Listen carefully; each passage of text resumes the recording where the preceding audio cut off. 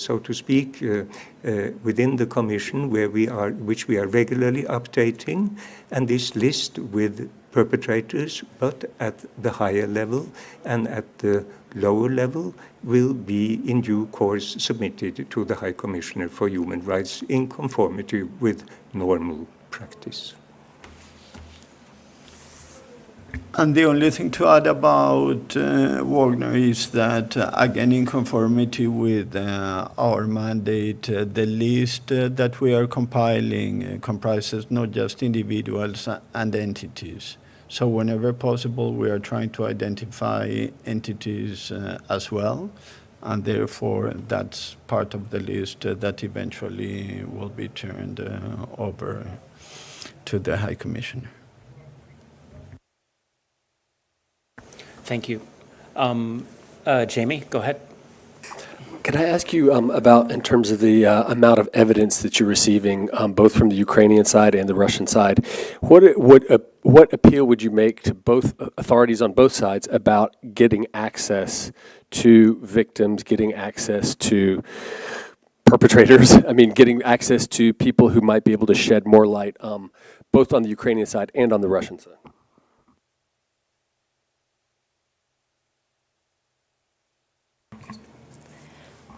I think there's a stark difference here also. We are not receiving any access or information from the Russian side. Of course, the Commission has written many communications seeking specific and other information. Regrettably, none of them have either been acknowledged or answered by the Russian side, so there is a difficulty, therefore, in securing that information. From the Russian side, there has been progress. We are getting information.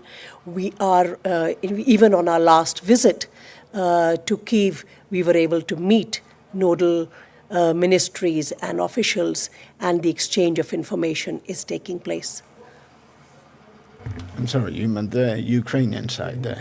Yes, on the Ukrainian side in Kyiv. Yeah.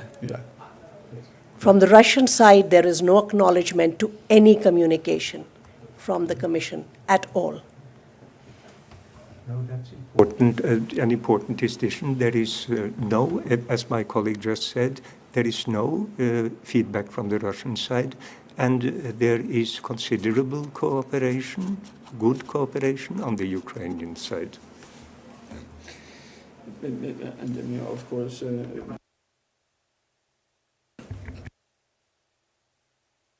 the Commission's task would be greatly facilitated by greater collaboration from the Russian Federation, and particularly by unhindered access to all parts of Ukraine.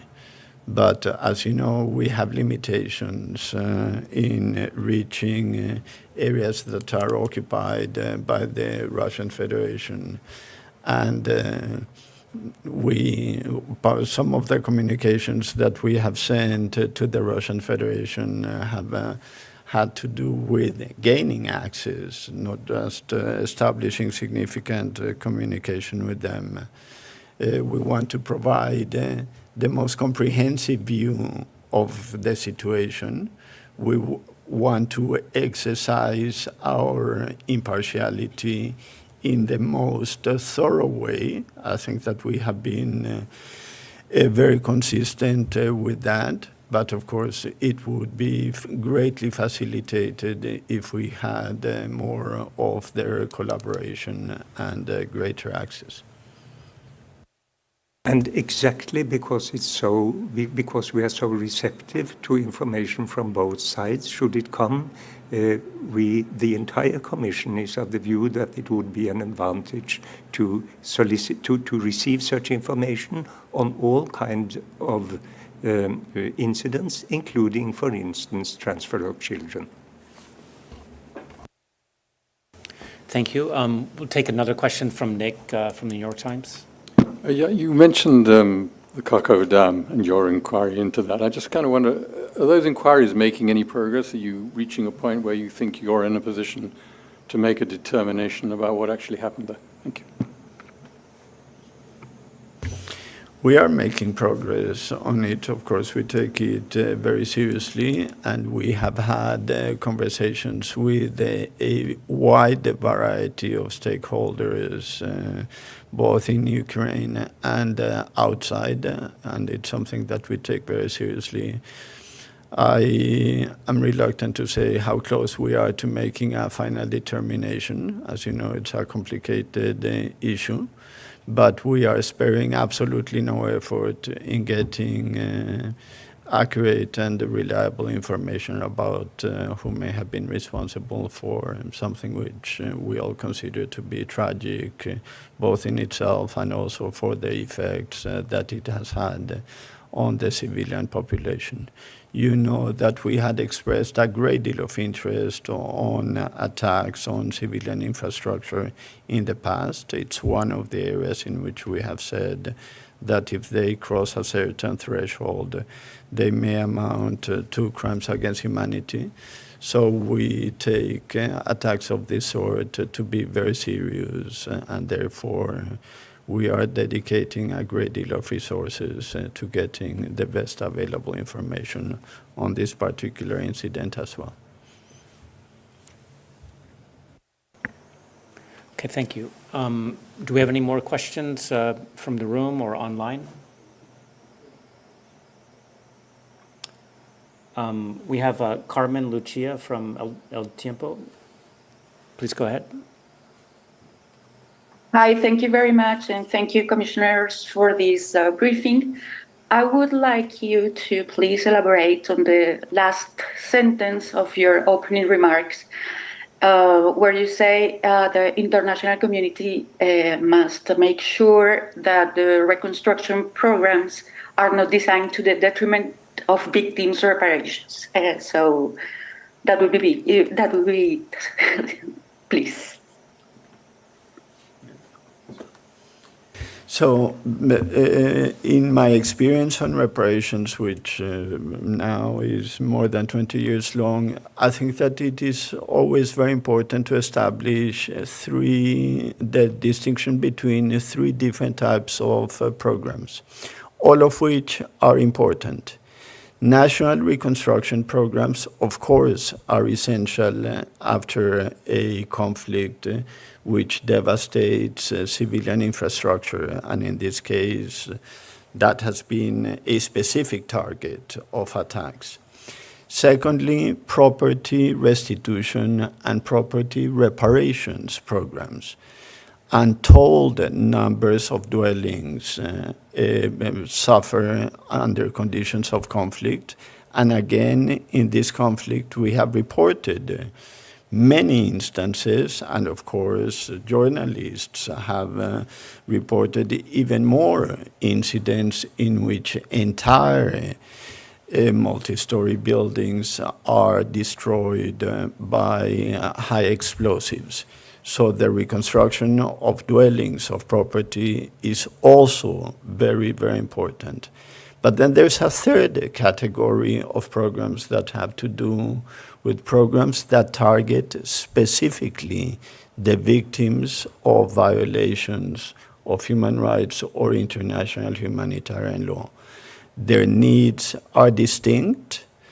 Under international law, they are deserving of reparations, and we want to make sure that the international community is clear about both the distinction between those three programs and about the need to coordinate them with one another. The resolution on the registry of damages, both by the General Assembly and by the Council of Europe, do not establish those distinctions clearly. It's not necessarily the case that they need to at this stage. This is an incipient process, and the establishment of these programs is a long one. But we just want to offer a reminder that victims' reparations programs should not be totally sacrificed for the sake of national reconstruction or property reparations programs. Victims ought to be kept in mind, and this is simply an extension of the victim-centered approach that the Commission has taken from the beginning. Okay, we have one question online from Emma Farge from Reuters. Please go ahead. Thanks very much. Simple clarification, please. The Kherson findings that are described in your oral update, what period were those findings from? I believe it was your last trip, August, September. And could you just say something about the scale of the work you're undergoing? I believe this was your 10th trip to the country. How many interviews, for example, and anything else you can say about the scale of your endeavors? Thank you.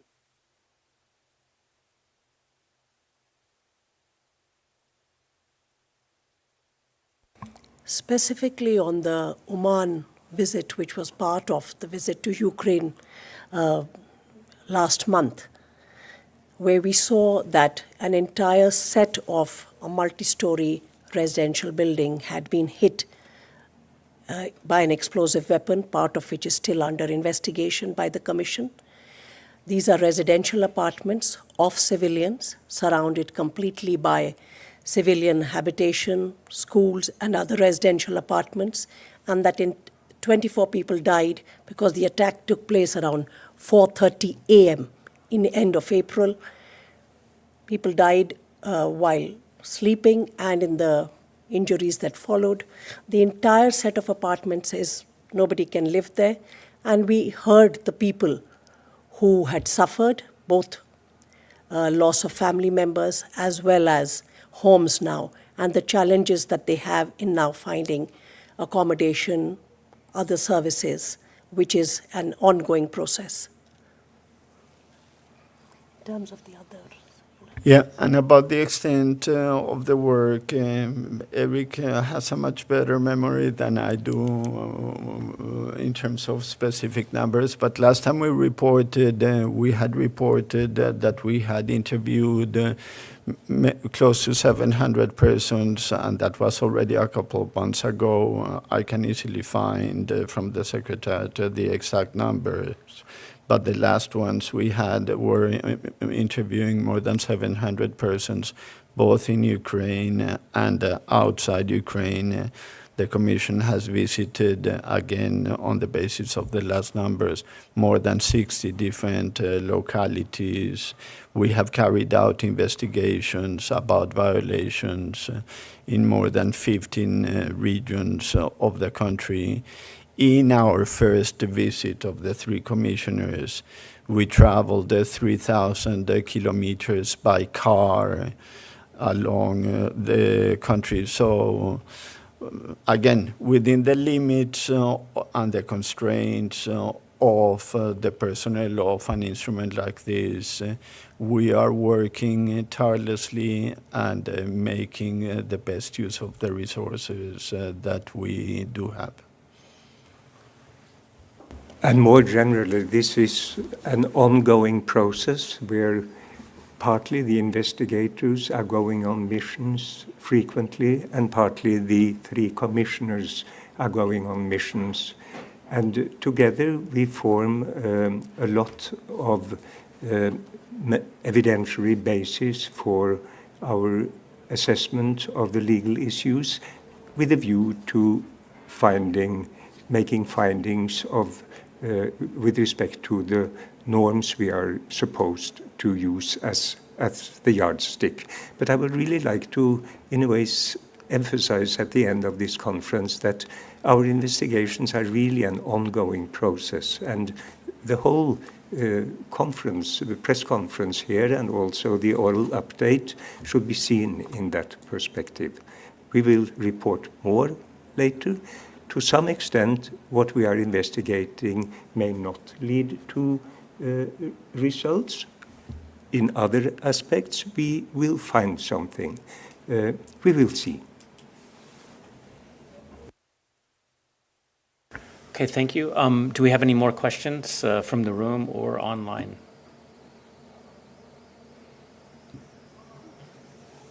Okay, would the commissioners like to make any concluding remarks before we end? Okay, well, that brings us to the end of this press conference. Thank you all for joining us. Thank you for those important remarks, and have a good day. Thank you.